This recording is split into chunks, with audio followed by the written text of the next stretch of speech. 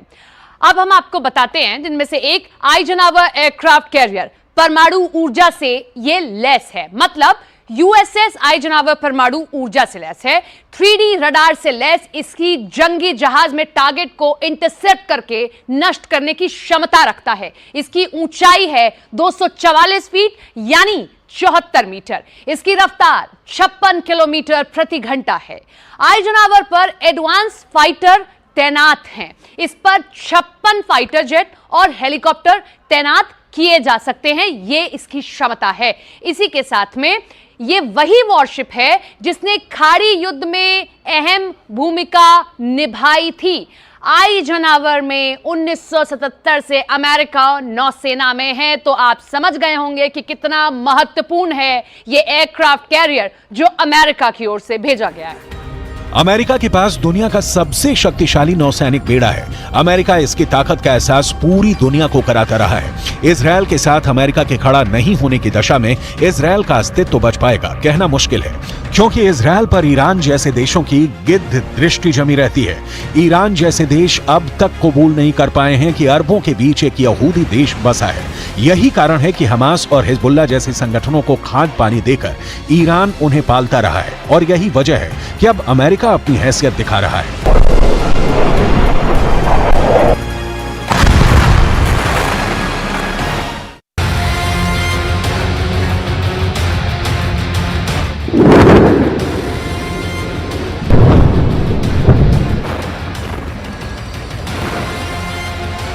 Aircraft carrier Eisenhower के पहले America ने जेराल्ड फोर्ड को भूमध्य सागर में उतारा। इसके बारे में हम आपको बताते हैं। परमाणु ऊर्जा से चलने वाला जेराल्ड फोर्ड 76 मीटर ऊंचा है। इस तरह इसकी ऊंचाई दिल्ली के कुतुब मीनार की 73 मीटर से ऊंचाई से भी ज्यादा है। अब आप अंदाजा लगाइए कितना ऊंचा ये रहा है। इसकी क्षमता 1 लाख टन से भी ज्यादा बताई जाती है। इस पर एक साथ 70 फाइटर जेट ले जाने में ये सक्षम है। इसकी रफ्तार है 56 किलोमीटर प्रति घंटा। इसे चलाने के लिए 4500 नौसैनिक तैनात कर दिए गए हैं। एयरक्राफ्ट कैरियर आइजनहावर और जेराल्ड फोर्ड दोनों वॉरशिप परमाणु शक्ति से संचालित है और क्षेत्र में किसी भी प्रमुख शक्ति से मुकाबला करने के लिए भूमि पर हमला करने वाली मिसाइलों और F-18 लड़ाकू विमानों में सैन्य शक्ति रखते हैं। अमेरिका के रक्षा मंत्री लॉयड ऑस्टिन ने कहा है कि स्ट्राइक ग्रुप को आदेश दिया है कि वो भूमध्य सागर में उत्तर में अपनी पोजीशन ले ताकि इस युद्ध को बढ़ने से रोका जा सके। इजरायल युद्ध नहीं फैलने से रोकने की बातों के बीच समंदर और आकाश दोनों में सुपर एक्टिव है। इजरायल गाजा को मिट्टी में मिला रहा है और अमेरिका समंदर और आसमान से उसकी निगरानी कर रहा है। समंदर में इजरायल को अमेरिका का सपोर्ट दिखा, अब आसमान में देखिए। यूएस एयरफोर्स सेंट्रल ने मध्य पूर्व क्षेत्र में F-15E लड़ाकू जेट और A-10 ग्राउंड अटैक जेट की तैनाती की घोषणा की है। यूएस सेंट्रल कमांड के एक सोशल मीडिया पोस्ट में कहा गया है कि A-10 इस क्षेत्र में पहले से मौजूद विमान के एक अन्य स्क्वाड्रन में शामिल होगा। अमेरिकी वायुसेना ने क्षेत्र में F-15, F-16 और A-10 लड़ाकू विमानों के स्क्वाड्रन की तैनाती की घोषणा की थी। अमेरिकी बल की स्थिति में वृद्धि इजरायल की सुरक्षा के लिए संयुक्त राज्य अमेरिका की दृढ़ प्रतिबद्धता और इस युद्ध को बढ़ाने की कोशिश करने वाले किसी भी राज्य या गैर राज्य को रोकने के हमारे संकल्प का संकेत है। इजरायल कहां जाकर रुकेगा और अमेरिका ईरान या हिजबुल्लाह को कब तक रोक पाने में कामयाब होगा, इस पर फिलहाल मंथन ही किया जा सकता है, क्योंकि कम से कम अभी तो कोई पक्ष रोकने वाला नहीं दिख रहा है। ईरान और अमेरिका के हित इजराइल और फिलिस्तीन के मुद्दे पर आकर अटक गया है। अमेरिका के प्रतिबंध से बौखलाया ईरान चाहता है कि वो अमेरिका को अपनी ताकत का एहसास कराए, जिसके पास परमाणु बम भी है और बेहतरीन ड्रोन भी। ईरान को यह भी लगता है कि अगर वो इस युद्ध में कूदता है तो अरब देशों के अलावा चीन और रूस भी उसका साथ देंगे। ये सही है कि ईरान अमेरिका से टकराया तो जंग होगी, वो रूस यूक्रेन महायुद्ध से भी बड़ा, विनाशक और मौतों वाली होगी। लेकिन इसके बीच का सच है कि दोनों युद्ध भड़का रहे हैं। ईरान हमास या हिजबुल्लाह का साथ नहीं छोड़ सकता तो अमेरिका भी इजरायल को धोखा नहीं दे सकता। अभी उसके 2 युद्धपोत ही समंदर में उतरे हैं। जरूरत पड़ी तो अमेरिका भूमध्य सागर को अपनी नौसैनिक शक्ति से मत देगा, लेकिन समस्या ये है कि ईरान अपना परमाणु बम लेकर सिर्फ इतराता रहेगा या इजरायल के अंत के लिए ईरान के राष्ट्रपति इब्राहिम रईसी भी कोई बड़ा फैसला ले सकते हैं। गाजा में इजरायल की बमबारी से करीब 2500 लोग मारे जा चुके हैं। इनमें करीब 800 तो बच्चे हैं। अब सवाल है कि जब इस बमबारी को लेकर ईरान और इजरायल एक दूसरे के खिलाफ युद्ध के लिए तैयार हैं, तो अमेरिका की क्या भूमिका है? देखिए, अमेरिका भी अपना समुद्री बेड़ा लेकर भूमध्य सागर में पहुंच चुका है, तो व्लादिमीर पुतिन क्या कर रहे हैं ये भी आपको बताएंगे। या फिर चीन ने कौन सा कदम उठाया है जो इजरायल को पीछे हटने पर मजबूर कर सकता है?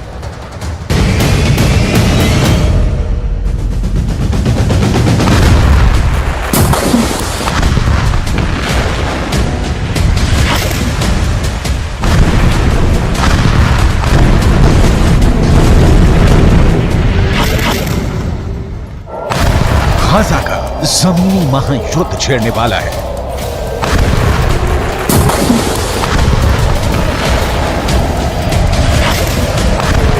करीब 350 वर्ग किलोमीटर लंबी पट्टी अब खूनी पट्टी बनने वाली है।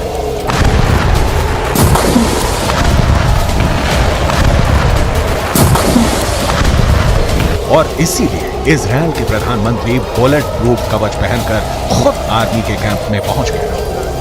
नेतन्याहू इजरायल के सैनिकों से मिले, कमांडर से मिले और उनसे कहा कि युद्ध की तैयारी पूरी कर लो, महासमर का वक्त आ गया है। अब अगले चरण में गाजा पट्टी के अंदर घुसकर हमास को चुन चुन कर मारने की बारी आ गई है।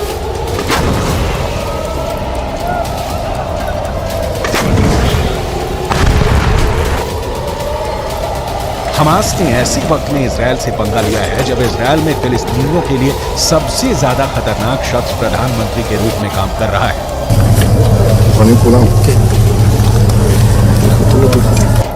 और यही इस वक्त नजर भी आ रहा है। फिलिस्तीन और अरब देशों के अखबार गाजा पट्टी की जो खबरें छाप रहे हैं उसके मुताबिक अब तक गाजा पट्टी के अंदर करीब 2500 से ज्यादा लोग मर चुके हैं।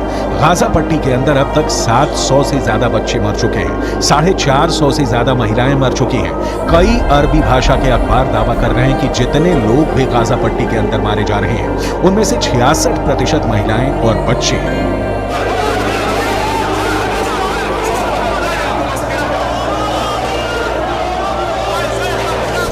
गाजा पट्टी के हालात इस वक्त ये हैं कि गाजा पट्टी के अंदर 35,000 फिलिस्तीनी सिर्फ एक अस्पताल अल शफा में शरण दिए हुए हैं और उन्हें उम्मीद है कि इजराइल यहां पर एयर बॉम्बिंग नहीं करेगा क्योंकि ये एक अस्पताल है। लेकिन अगर यहां भी हमास ने अपना अड्डा बना लिया तो फिर क्या होगा, ये इजराइल ही तय करेगा।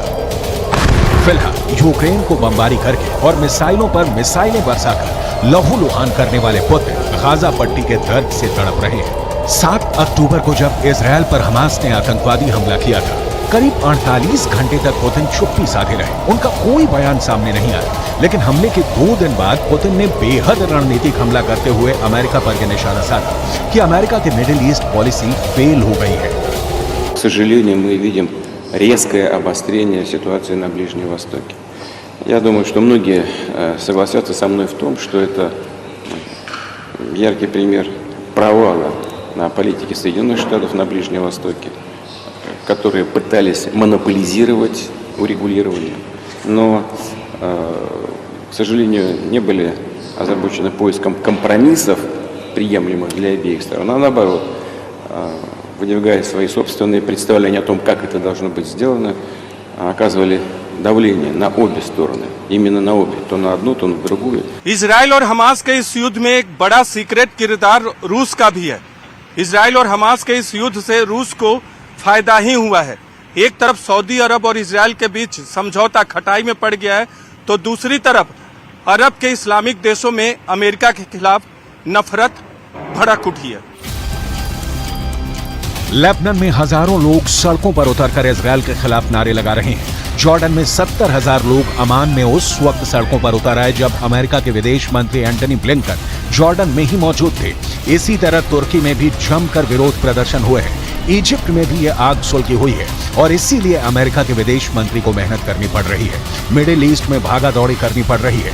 जॉर्डन, कतर, सऊदी अरब और संयुक्त अरब अमीरात के दौरे पर अमेरिका के विदेश मंत्री एंटनी ब्लिंकन जा चुके हैं और अब एक कदम आगे बढ़ाते हुए बेहद कूटनीतिक तरीके से पुतिन ने इजराइल पर निशाना साधते हुए कहा है कि इजराइल पर हमला हुआ है।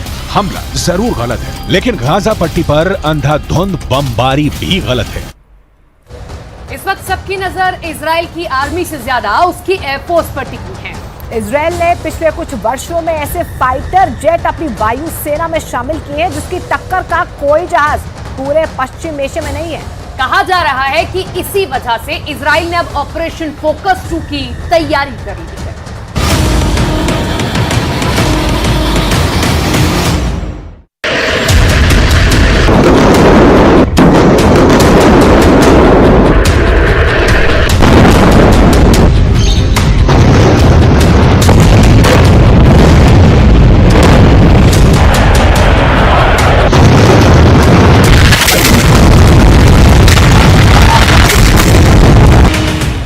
घंटे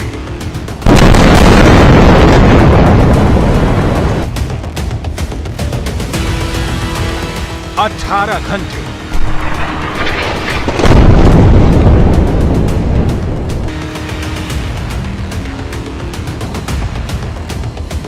24 घंटे 36 घंटे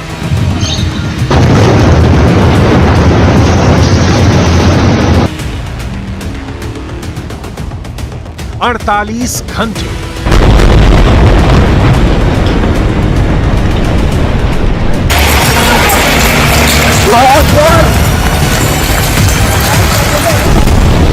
'इजराइल ने गाजा को कितने घंटे में फतह करने का प्लान तैयार किया है, इजरायल के मुताबिक अगले 48 घंटे हमास पर बहुत भारी है, क्योंकि हमास का सर्वनाश करने के लिए इजरायल ने अपने शक्तिशाली लड़ाकू विमानों को जंग में उतार दिया है। गाजा की तबाही की जो तस्वीरें सामने आ रही हैं, उससे ये बात शीशे की तरह साफ हो गई है कि इजरायल के लड़ाकू विमानों ने गाजा का सर्वनाश शुरू कर दिया है।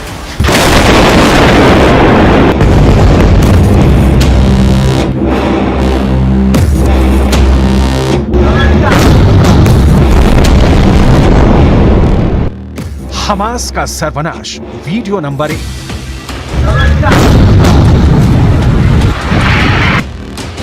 हमास का सर्वनाश, वीडियो नंबर 2।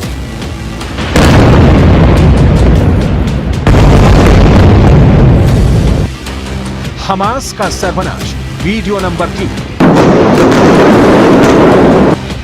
हमास का सर्वनाश, वीडियो नंबर 4।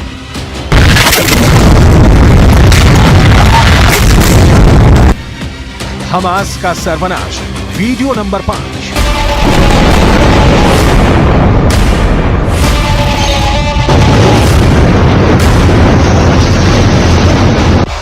ये 5 वीडियो तो बस बानगी है।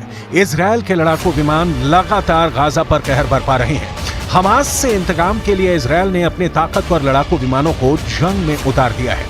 हमास के लड़ाकों को ढेर करने के लिए इजरायल के फाइटर जेट पूरी तरह एक्शन मोड में है। इजरायल के एयर स्ट्राइक से गाजा का बुरा हाल है। इजरायल के लड़ाकू विमान अपनी पूरी ताकत से हमास पर बड़े बड़े हमले कर रहे हैं। हमलों से कई मंजिलों की इमारतें ताश के पत्तों की तरह बिखर रही हैं। ऊंची ऊंची इमारतों के मलबे में बदलने में देर नहीं लग रहा।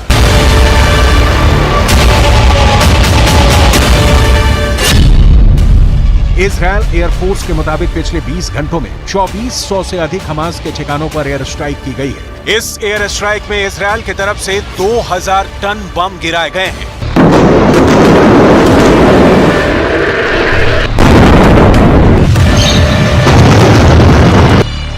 वैसे तो इजरायल के एयरफोर्स के पास जंगी हवाई जहाजों का बहुत बड़ा बेड़ा है, लेकिन उसका सबसे शक्तिशाली लड़ाकू विमान F-16IS है, जो F-16 का इजरायली मॉडल है। इजरायल की वायुसेना 2000 से ही इन लड़ाकू विमानों का इस्तेमाल कर रही है।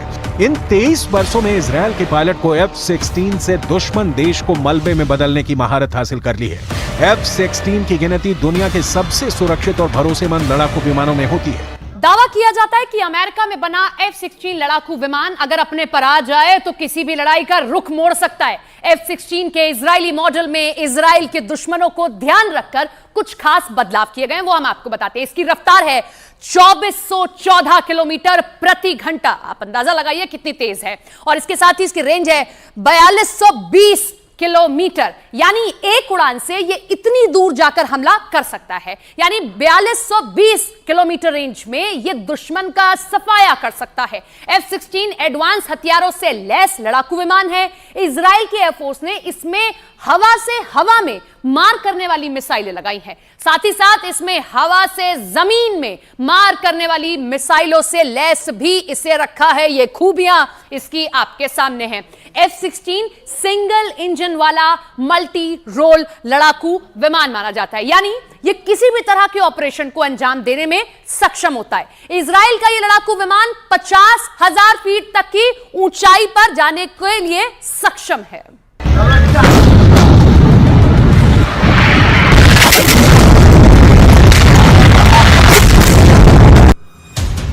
F-16 सिंगल इंजन वाला मल्टी रोल लड़ाकू विमान है, यानी ये किसी भी तरह के ऑपरेशन में काम कर सकता है। दिन हो या फिर रात, गर्मी हो या फिर बरसात, अमेरिका से इजरायल को मिला ये खास लड़ाकू विमान किसी भी मौसम में बम और मिसाइलों से हमला कर सकता है। इजरायल 600 से अधिक लड़ाकू विमानों से हमले कर रहा है। साथ ही साथ 300 रॉकेट लॉन्चरों से गाजा पर बारूद की बरसात हो रही है। जंग के लिहाज से F-16 फाइटर जेट को एक विश्वसनीय और ताकतवर विमान माना जाता है। यही वजह है कि गाजा के खिलाफ हवाई हमले में इजरायल की एयरफोर्स का पलड़ा बहुत भारी है। F-16 फाइटर जेट की लंबाई 49 फीट 5 इंच और चौड़ाई 32 फीट 8 इंच है। यह एडवांस रेडार सिस्टम से लैस है। इस लड़ाकू विमान का वजन 9.2 टन है और ये एक बार में 21.7 टन वजन लेकर उड़ सकता है। ऐसा पहली बार नहीं है जब इजरायल के लड़ाकू विमानों ने रणभूमि में अपनी ताकत दिखाई है। इससे भी पहले दुनिया इजरायल के लड़ाकू विमानों का लोहा मान चुकी है। 1956 से लेकर अभी तक कैसे इजरायल के लड़ाकू विमानों ने अपना युद्ध कौशल दिखाया है, इसे आगे बताएंगे भी और दिखाएंगे भी। लेकिन उससे पहले अभी इजरायल के एयरफोर्स के सामने कितनी बड़ी चुनौती है, इसे समझना जरूरी है। फिलिस्तीन के साथ जंग में इजरायल के लड़ाकू विमानों का सामना ईरान के फाइटर जेट से हो सकता है। इजरायल के लड़ाकू विमानों को जवाब देने के लिए सीरिया के जंगी जहाज भी सामने आ सकते हैं। साथ ही अगर युद्ध आगे बढ़ गया तो मिस्र के लड़ाकू विमान भी इजरायल से लोहा लेने आसमान में मोर्चा संभाल सकते हैं।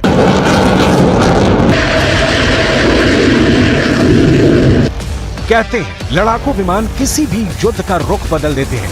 अगर फाइटर जेट बारूद बरसाना शुरू कर दे तो दुश्मन देश के लिए सबसे बड़े सिरदर्द साबित होते हैं।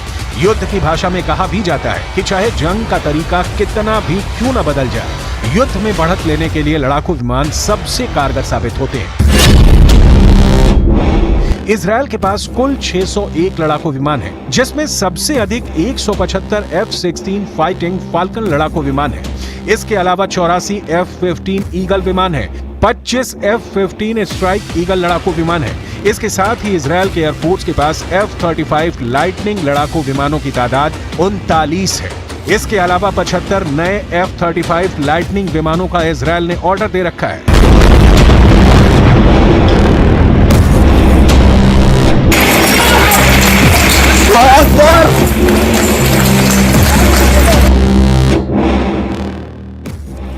F-16 फाल्कन को दुनिया के भरोसेमंद फाइटर जेट्स में से एक माना जाता है। यही वजह है कि इजरायल के हौसले बुलंद हैं। इजरायल की वायुसेना इन विमानों से गाजा में लगातार बम बरसा रही है, मिसाइलों से हमास के ठिकानों को निशाना बना रही है। गाजा की धरती पर आई ये बारूदी तबाही इसकी गवाही भी दे रही है। इससे पहले भी इजरायल की वायुसेना जंग में अपनी ताकत का मुजाहिरा कर चुकी है। आज जो इजरायल की सीमाएं हैं वो साल 1967 में हुए उस खास युद्ध के बाद आकार ली, जिसमें इजरायल अकेला 6 दिनों तक 3 मुस्लिम देशों से लड़ता रहा। तब इजरायल ने एक साथ सीरिया, मिस्र और जॉर्डन को हराकर अपना वर्चस्व स्थापित किया था। 1967 में हुई उस जंग में इजरायल ने सबसे पहले अपने लड़ाकू विमानों से मिस्र पर एयर स्ट्राइक किया था, जिसके बाद 6 दिन तक भीषण संग्राम हुआ और मिडल ईस्ट का नक्शा बदल गया। इस बार भी इजरायल की एयरफोर्स ने गाजा के खिलाफ अपनी पूरी ताकत झोंक रखी है, जिसका साइड इफेक्ट गाजा की धरती पर साफ साफ दिख रहा है।